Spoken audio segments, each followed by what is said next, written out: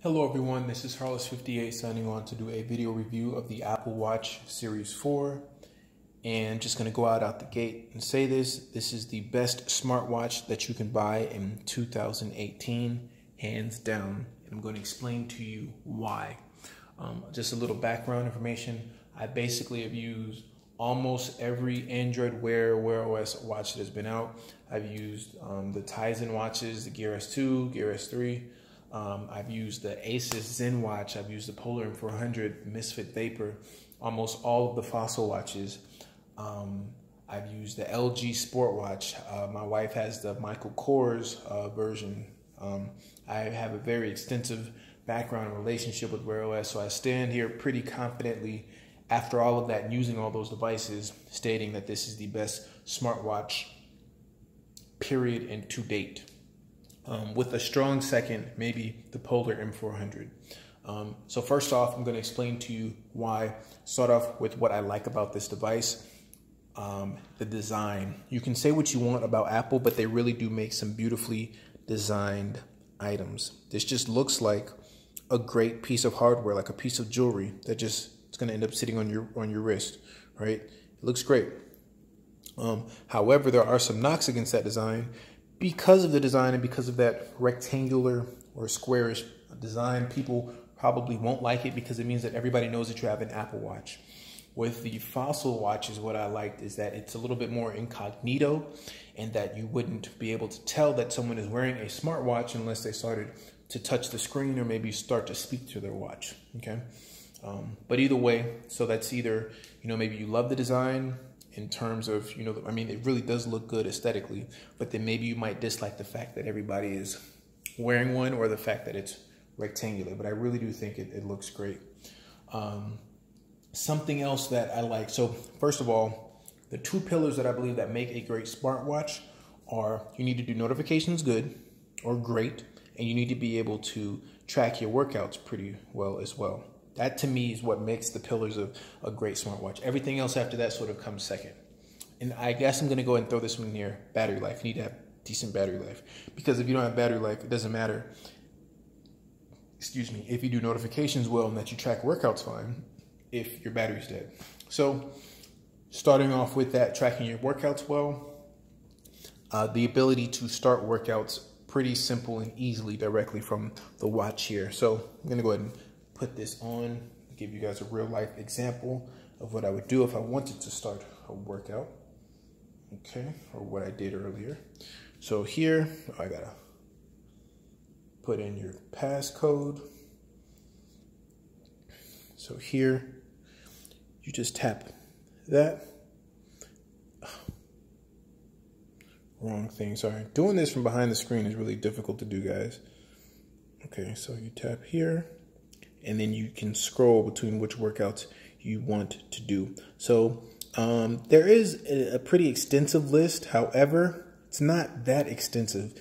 And so from the first time when you start or when you're going to do a workout, you're thinking, well, there's not even anything in here for my CrossFit. There's nothing here for strength training, weight training. What you do is you go to other, and then what it's going to do is it's going to track your workout, meaning your time that you spend, your peak heart rate, your lower heart rate. It's going to track your workout throughout, obviously, taking your heart rate throughout. And then at the end, it's going to ask you how you want to name it. And then from there, it's going to let you pick from a longer list of workouts. So, and then after you do that, so like for me, when I did that, I did strength training. So because I didn't strength train today, if I had, then it would have been the first thing that popped up all the way at the top. The last workout that I did was here, this outdoor walk when I walk my dogs. So that's why it's here. But the workout that you previously did is going to be the one that appears at the top. So then you simply just tap it and it counts down. Ready? 3, 2, 1, go.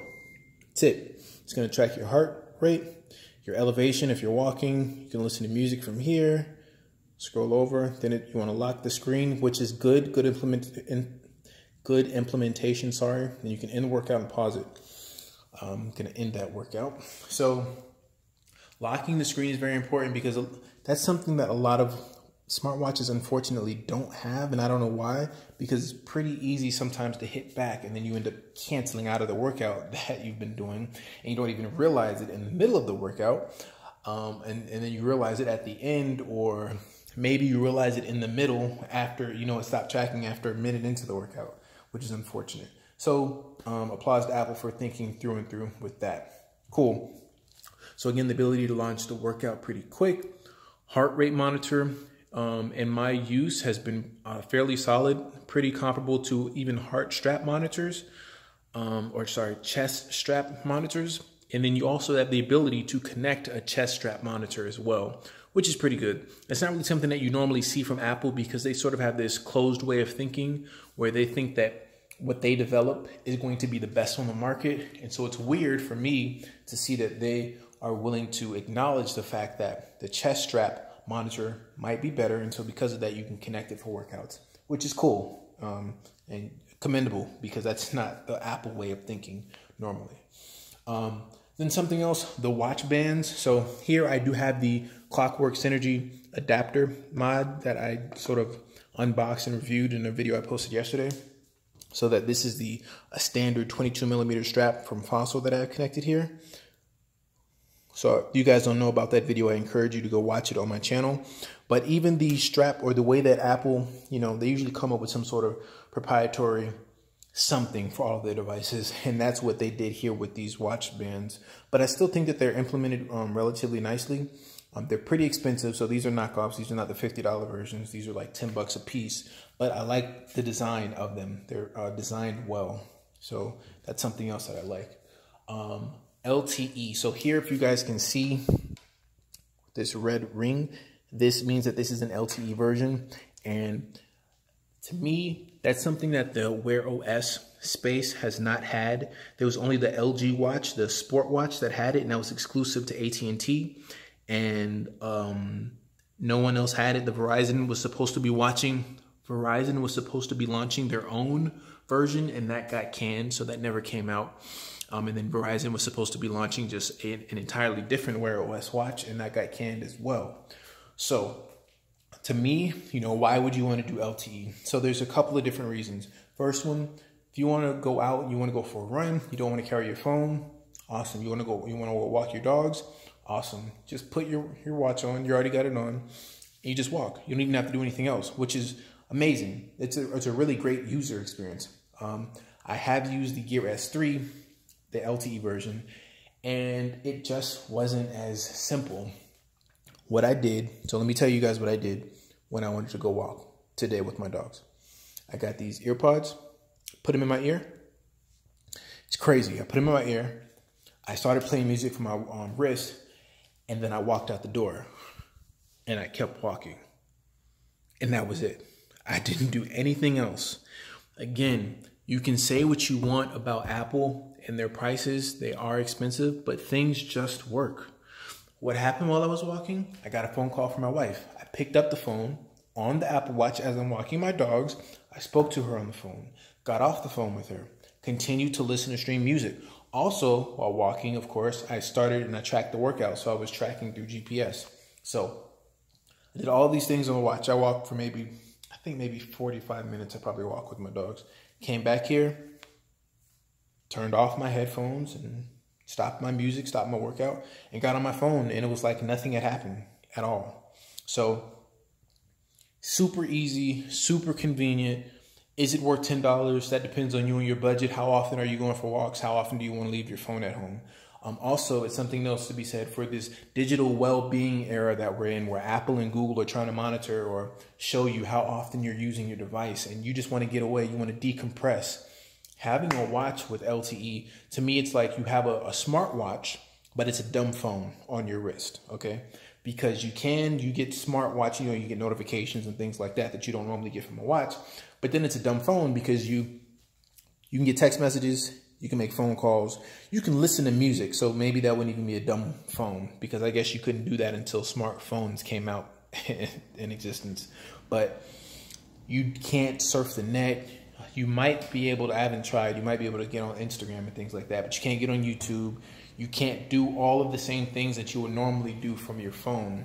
And even if you could, it's a smaller screen, it's harder to do, it's not as simple and convenient, right? So in my opinion, it's great when you just want to decompress and get away from all that. You just throw the watch on your wrist. I mean, you probably would already have the watch on your wrist anyways, but you just leave the house and leave your phone here. That way you're still in reach if an emergency occurs and someone needs to get in contact with you. You can still pick up the phone from your watch. You can still listen to music. You know, you can do all the basic stuff. You can still respond to text messages. So yeah, so that's why you would get LTE. Again, depends on you. How often do you leave your phone at home? How often do you want to leave your phone at home? Me, I like to do it, especially in the gym. I don't want to be bothered. I don't want, I like to not have all of that extra stuff with me. I'm already going to be wearing my watch because I'm tracking my workout. I don't want to bring my cell phone as well. So I enjoy it in that space. I enjoy it when I want to go work out, when I want to go run, when I want to walk my dog, when I want to go to the grocery store. I think that those are pockets and areas where you could use it in that space. So I like that. Also, what has to be said about battery life. So I took this off the charger today at like 6 a.m. It's 10:34. Currently, I got 25%. So again, I already touched on what I did in terms of my workout with LTE. So LTE is going to drain your battery more than if you just got the GPS version. But I'm okay with having to charge my phone overnight. To me, that's not an issue. That can't be said for everybody. But based off of what I did from my workout and the way that I lived my day, I'm happy with that battery life. Now, if I had not, because I want to show you guys this. Let's say if I had not worked out and I didn't do any workouts, I just got notifications during the day, what would my battery be like? So I took this photo here, Monday at 11:56 p.m., 74%. So this thing gets really, really good battery life if you know you're only using it for notifications and if you're not going to use it for working out. Even if you use it for working out, I'm going to show you guys an example. I used the Series 3 last week. I went on a business trip to Virginia, and I wanted to see how good the battery life was, so I didn't bring the charger. Took it off the charger at 5 a.m. Thursday, got up to Virginia, walked around, you know, did whatever. I worked out that day, went out that night, went to sleep, obviously, woke up the next day, went to a bunch of business meetings, flew out, and got back here around like 11 p.m. and I still had like 20% of battery life remaining. That's great. And again, this was a Series 3 without LTE. As long as your phone is connected to your watch, then you're not using LTE. So this battery life would be the same, if not better. Okay. I'm sorry, I lost my train of thought. So yeah, that battery life, if you're comparing it to, you can't even compare it to anything in the Wear OS space because there's nothing that's giving you that. The Polar M400 had really good battery life or decent battery life, but if I worked out, I could get a day's use. If I didn't work out, I could get 2 days. I just explained to you a time where I worked out and I got 2 full days of use with one workout between those 2 days. That's amazing. Like I said, nothing else on the market for smartwatches. Okay, I take that back because there are other watches like the TicWatch Pro, and I believe that the Galaxy Watch can also give you extended battery life as well. But with those watches, there are modifications that you have to do in order to extend the battery life. And I want to touch on that a little bit because I did have a user that went on to talk about, you know, when I did my review of the Fossil Gen 4 HR, I forget the naming convention exactly, but it's the latest generation of the Fossil watch that I reviewed on my channel. And I said that the battery life was horrendous. And he said that, you know, there's certain modifications that you can do to the watch to extend it. This is true. However, the way that I reviewed that watch is the way that I purchased it. That means I purchased it, unboxed it, put it on my wrist, and I went to work. Like, meaning I just used it.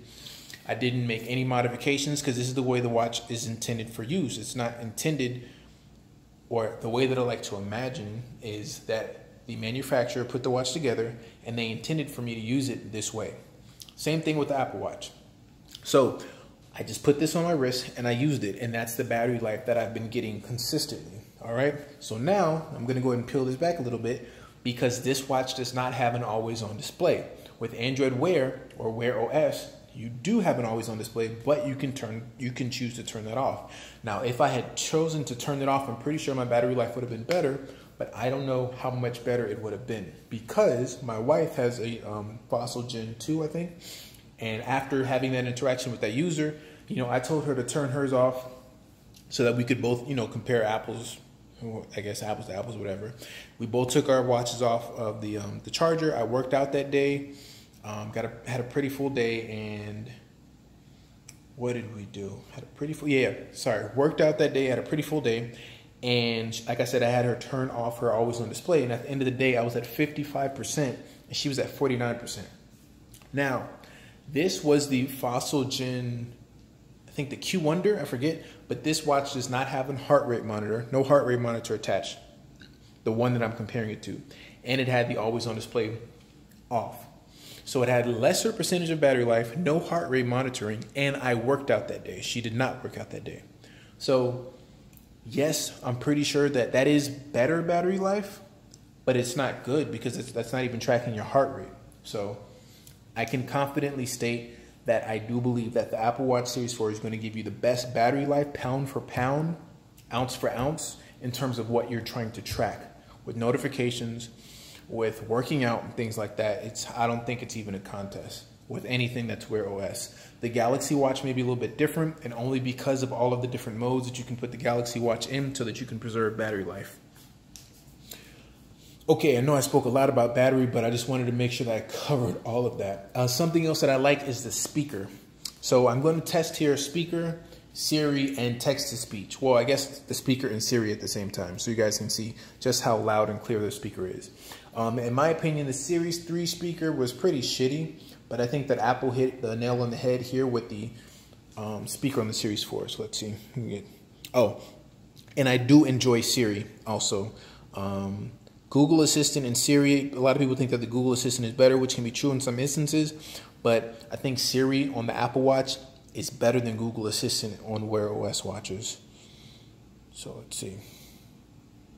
What's the weather like in Miramar? Okay, here's the weather for today. Okay, so you guys could see just how loud and clear that was. And then now I want to show you guys text-to-speech really quickly.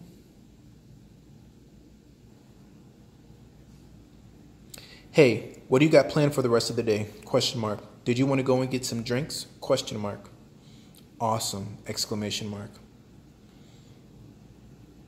Look at that. It's perfect. That text-to-speech and sorry, did I mess something up? No. Okay, sorry. Should have put this on airplane mode. So anyways, that text-to-speech, and I didn't have to enunciate anything or put any emphasis on anything. It just flowed awesomely. And that's pretty much been text-to-speech on the Apple Watch as a whole for me. It's just been great. Google Assistant on Google Assistant on Wear OS starts off really good initially, and then it sort of gets some degradation over time. I don't know. It's like the more you use it, the worse it gets. I don't know why. But text-to-speech on the Apple Watch has been pretty consistent for me thus far. So speaker, Siri, text-to-speech, and the last thing is NFC payments. The last Fossil watch that I had NFC payments. It was a long time where a lot of the Android Wear or Wear OS watches were not being shipped with NFC, or if they were shipped with NFC, they didn't have a heart rate monitor. So the last one that I reviewed checked all the boxes, and so I was really interested in reviewing it, as you guys saw and you can see from the review. But this one has NFC payments, which is cool. So now, you know, when you decide to leave your phone at home, you want to take your watch, you want to go up the street to a convenience store or somewhere that accepts NFC payments, you just make a payment and be done. Best Buy accepts it. There's a lot of places that accept NFC payments, but it's not as widespread as MST with the Gear S3. So I can't say a knock against the Apple Watch because they never had that ability. Samsung's the only person that has the MST software, but now Samsung has even removed it from their Galaxy Watch line. I think that had something to do with battery life. And then one last thing with this walled garden or ecosystem, which is cool. It's probably something very small, but if you have a MacBook and you're wearing your Apple Watch, if you're wearing it, you go to try and log in or type in your password when you open up your MacBook, it automatically opens up which is cool. It just unlocks. I guess I can demonstrate that for you guys really quickly so you can see exactly what I'm talking about. Google tried to do something like this with Chrome OS with your phone, but the implementation just wasn't. It's like your phone had to be within a certain amount of feet. It never worked for me. So here, have my MacBook closed. Gonna open it. Oh, okay. Well, this is live. I'm not gonna go back and record anything. But because this is locked, I have to input my code first. Okay, cool. So now it's unlocked. So now, not re-recording this. So because the first time I tried, it didn't go through. I have to type it in. So, third time's the charm, guys. In here, so it just says that MacBook Air was unlocked with the Apple Watch, which is pretty cool. And it makes a nice little sound from the watch as well. So, again, everything that I enjoyed about the watch, the design, abilities to launch the workouts quick, the heart rate monitor is fairly accurate. You can still connect a heart strap monitor to the watch. The watch bands are pretty cool. I like that. I like the LTE. You can't get that with Wear OS, unfortunately. Battery life is great. Awesome speaker. Siri's good on the watch. Text to speech is awesome, and so is NFC payments. And then the ability to unlock the laptop. I think maybe if Apple starts to do the ability to unlock the phone with wearing the watch, that'd also be cool. Google has that on the Android operating system. So, Harless58 signing off. I think I covered everything there is to cover with this watch. I guess I didn't even go over any of the software things, though. I guess I can just quickly show this with these complications. So here, this is really a beautiful looking device. I like the way that the screen stretches to each side. These colors are not accurate on I'm recording this with a Galaxy S9 Plus, and I don't know why, but some of these colors look washed out. But it's not accurate at all to these colors when looking through this viewfinder. But it's truly edge to edge and bezel-less. And all of these different things are just complications that you can tap if you're not familiar with Watch OS, sorry. So you got Apple Music down there, activity goals, temperature or weather, that's walkie-talkie over here, heart rate monitor, the battery percentage, launching workouts, your calendar. If you're not familiar with, you can come here and you go back here and you can go to different apps on the device and scroll around. I remember when I first looked at this, it looked daunting, like having to go through all these different apps and whatnot, but it actually isn't that bad. And the touchscreen is pretty responsive. So that's pretty much it. Can't think of anything else that I missed out. If I did, if you guys have any questions, comments, concerns, please leave them down below. I wanted to be as thorough as possible. This video got a little lengthy. But again, if there's anything else that you guys have questions about, please do not hesitate to ask. But this is, in my opinion, the #1 smartwatch in 2018 and the best smartwatch indefinitely in comparison to everything else that I have reviewed, which says a lot. It's leaps and bounds above it. I mean, to me, because it hits all of those boxes. It checks everything off. I guess the only thing that maybe this could have that would make it better is if it had the ability for you to create or the watch faces.